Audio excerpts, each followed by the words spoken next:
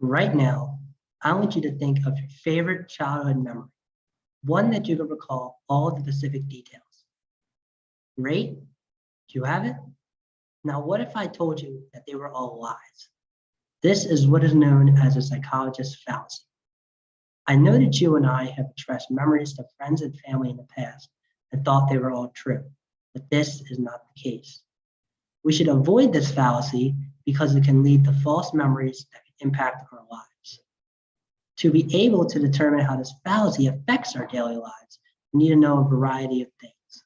What it is, how it falsely creates memories that are incorrect from past experiences, and how it can cause you to remember specific events that have never happened.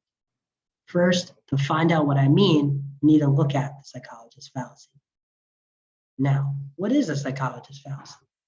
Effective philology defines it as an event when an observer thinks that his or her subjective interpretation reflects the true nature of the event.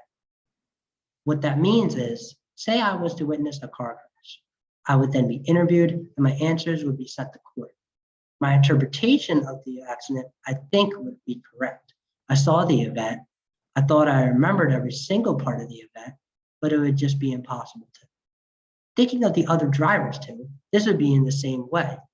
They had their own story too. Did one of them run a red light or a stop sign? Was somebody speeding? Was one of them not paying attention and on their phone? These are all important details that not everybody would remember or could even see at first glance. Next, let's get us to what we hold deep in our subconscious and how they are with us in the wrong way. Going back to what I said before, are you still perplexed about how your memories are just mostly lies? Well, most of them can just be false memories your brain makes up. Ais Pereira, from Simply Psychology, defines a false memory as a psychological phenomenon where an individual recalls an event that never happened or an actual occurrence that is different from the way it transpired. As described by Kendra Cherry from verywellmind.com and reviewed by David Sussman, an assistant professor of psychology at the University of Kentucky in Lexington, the factors that contribute to the creation of false memories are inaccurate perceptions, inference, and most notably, emotions. Inaccurate perceptions are when you miss key information when something transpires, and your brain does not properly encode it. When it happens, you will possibly try to fill in the blank, which could cause inaccurate perceptions. Inference is when we replace old memories with new ones. When we do that, we tend to forget the older ones, which creates gaps in our past memories. The last one are emotions. These tend to go towards traumatic or happy events that have impacted us completely. Think about it.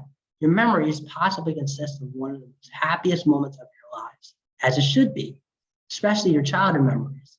But in true nature, they are simply not accurate. Usually you'll remember more memories that would consist of those emotions, but that just creates illusions in our minds. Next, we'll talk about a more well-known example of the psychologist's fallacy, and is none other than the Mandela effect. The Mandela effect, concept that everybody knows or at least heard of, Arlen Kunchik of verywell.com explains, the Mandela effect occurs when a situation and a large mass of people believes that an event occurred when it in fact did not. This, in a sense, is a form of the psychologist's fallacy. One of the most well-known examples of the Mandela effect is in the childhood classic book, The Berenstain Bears. Y'all remember it as Berenstain, but unfortunately, in reality, it is just the Berenstain Bears. Another example is from the 1930s Disney movie, Snow White and the Seven Dwarfs. You might remember the recited lines, "Mirror, mirror on the wall," but in fact, it is incorrect. It is "magic mirror on the wall." Last but not least, for all the Star Wars fans out there, you know the famous scene where Luke Skywalker is fighting Darth Vader? Remember when Darth Vader says, "Luke, I am your father"?